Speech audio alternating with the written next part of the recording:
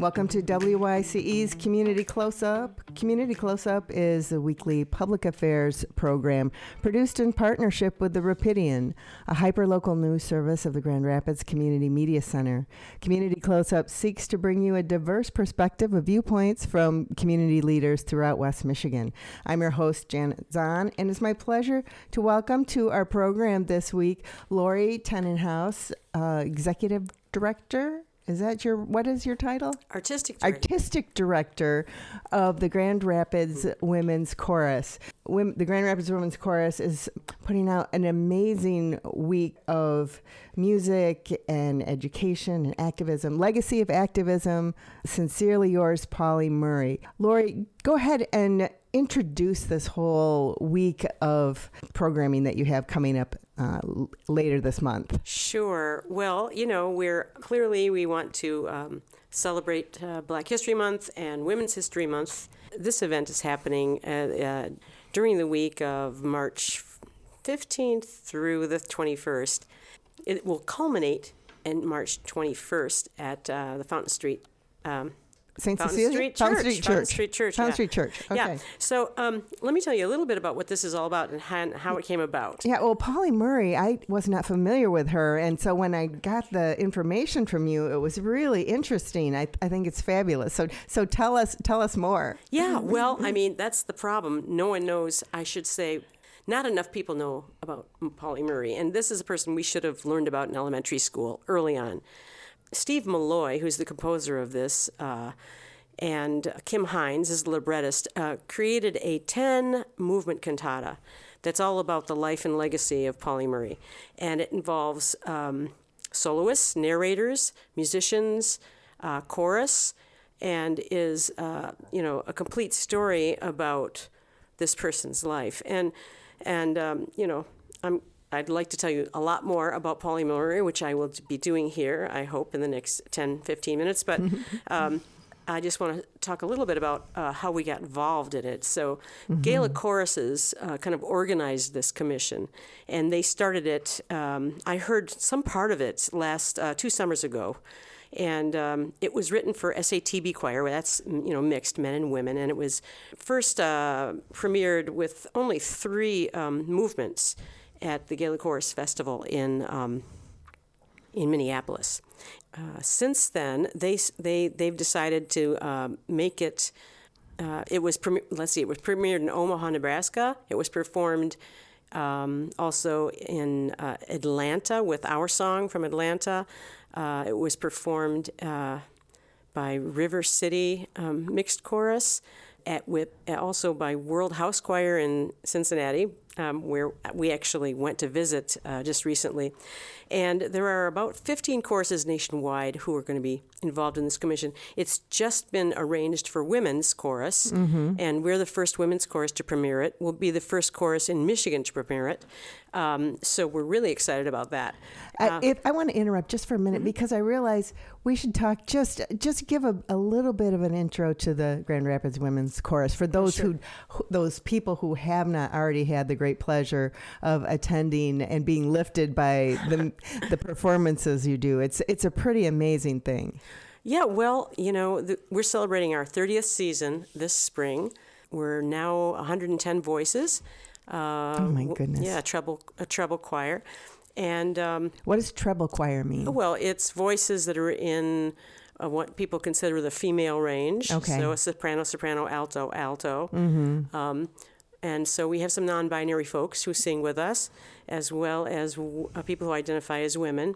Yeah, we do mostly music focused on social justice, on women's stories, on trying to promote justice and build, community, create experiences for audiences that are educational, but that are also authentically rooted in the cultures of the music we're trying to present. And usually the people in the chorus, we spend a lot of time processing, the music and the messaging and how we want to present it and what messages we want people to take home with them. You know, I don't know if you know who Pauli Murray is. She's Holly Near? Pauli Murray is Oh, an yeah. activist that we, you know, anti-war activist of many years. And I went to a workshop with her once, and she said, you know, us as artists, we have this huge responsibility when we have a live audience in a room, because we're creating body experiences, you know, body memories for people that can be transformative. And that's certainly been my experience with this chorus, that, you know, it's one thing to work on the music every week and to choose music that's important to the people singing it. Because you're creating a landscape, you know, a soundscape, what's that called when you, a soundscape for people's lives who are in the chorus, because they're in the back seat, their kids are singing it, you know, they sing it, they live it. But when you go and then perform it, it's what you're saying about the music, how you're saying it, how you're feeling it, and what you're presenting can really be impactful. So that's serious business. It is. And as someone who has been attending Grand Rapids Women's Chorus shows for years, what I would say from the audience perspective, it is powerful, emotional, uplifting. I mean, it is such a unique experience. And so what a great honor to have the Grand Rapids Women's Chorus in our city, and what a great opportunity for you to do this expansive presentation of the legacy of a fascinating and important woman. Exactly. So we jumped on this when the opportunity came, because Pauli Murray is someone who, she lived one of the most remarkable lives of the 20th century. She was the first Black person to earn a doctorate of science of law degree from Yale Law School. She was one of the founders of the National Organization of Women. She was the first Black person perceived as a woman to be ordained an Episcopal priest. You know, her legal arguments, I mean, she, first of all, you know, she applied to go to college at University of North Carolina. She was refused because she was rejected because of her race. They wouldn't let Negro students apply. So, of course, she had to immediately write a letter off to the president of, FDR, because he was being given an honorary doctorate, you know, and he called UNC a liberal institution. Well, she got right in there, sent a letter, said, "What do you mean? You're denying rights to, you know, half the population, and why are you cozying up to white supremacists, and why are you, you know, not getting rid of these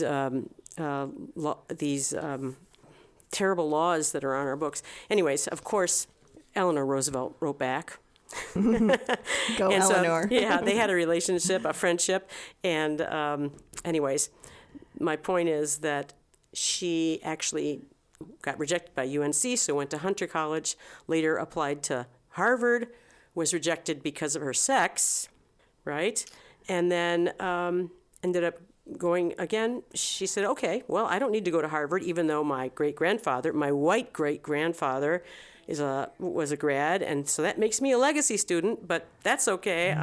I'm going to go to, you know, U of Berkeley, California, where she did go. She graduated first in her class after attending Howard University as an undergrad, and then later went to Yale Law School and was the first Black person to get a GSD, which is a doctorate from Yale. So, but she went on and did incredible things. I mean, she was a poet and an activist, an attorney. Is that right? Her legal scholar, a legal scholar. Yeah, but labor organizer. A labor organizer. So many things. But I mean, she was the first person to put the word Jane Crow out there, which is about, saying that separate is not equal, and, sexism is just, she confronted sexism to the civil rights movement and racism to the women's movement. She was one of the first people to put together the word intersectionality. Oh, wow. Okay. No, I shouldn't say that. The concept. Okay. She did not use the word. The word came much later. Yeah. But she also, she connected dots. She connected dots. Some but dots. She was also so articulate, and she did a lot of writing. And it's the basis of her writings that Thurgood Marshall, her co-student, her classmate, at law school, he presented her writings at Brown versus Board of Education. Said, hey, Pauli, I presented your, and she said, oh, okay, well, you owe me $10. Meanwhile, that was the basis for Title VII, which is really, that Title VII of the 1964 Civil Rights Act prohibits employment discrimination on the basis of race, culture, religion, sex, and national origin. But she was at the forefront all the time of, seems to be everything. And then she finally became an Episcopal church, an Episcopal priest later in life. She was 73, I believe. Wow. But this is when she felt like, well, I can't do, I'm not doing what I want so much in law anymore. I need to reach people on a different level. And so she became very involved with the Episcopal Church. That's fascinating life. And so you've decided that presenting the cantata was not enough on its own. That is a fabulous piece of music, but what an opportunity to provide participation and learning to members of the community. You got something on the Saturday, March 14th, Tuesday, March 17th, Thursday, March 19th. I mean, you got a lot of things happening. You want to share just a little bit about what those are? Yeah, our partners in this is the Woodrick Institute of Inclusion at GRCC, as well as Granville Avenue for the Arts and Humanities and the Diatribe. And so we've got a whole week of events. And we also have someone coming in as part of the speaker series at GRCC from the Pauli Murray Center in Durham, North Carolina. Nice. And they're sponsoring her at noon on Thursday at the community college campus. As well, that evening there'll be a documentary showing about Pauli Murray and a panel discussion following with a number of very interesting people from the community, college professors, as well as people from the Pride Center at Grand Valley, and our person coming from the Pauli Murray Center to answer questions and speak about her life and That's her fantastic. legacy. And then on Saturday, of course, we're going to have a pre-concert lecture at the chapel at 6:30 p.m. preceding our event, our big event, which is the cantata at 7:30. And we'll also have a tabling event of all our community partners, which we're going to have a lot of people who provide services to the Black community, to the LGBTQ community, to the women's community. We want those people involved so we can talk. And you might ask, why is the Women's Chorus doing any of this? Oh, also, we're performing with the Diatribe. The Diatribe has been working with us and doing some workshops at GRCC around spoken word to educate people about Pauli Murray.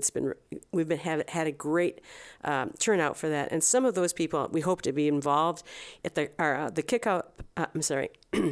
Kickoff event at Granville Avenue for the Arts on the 14th, but also on March 17th, which is a Tuesday.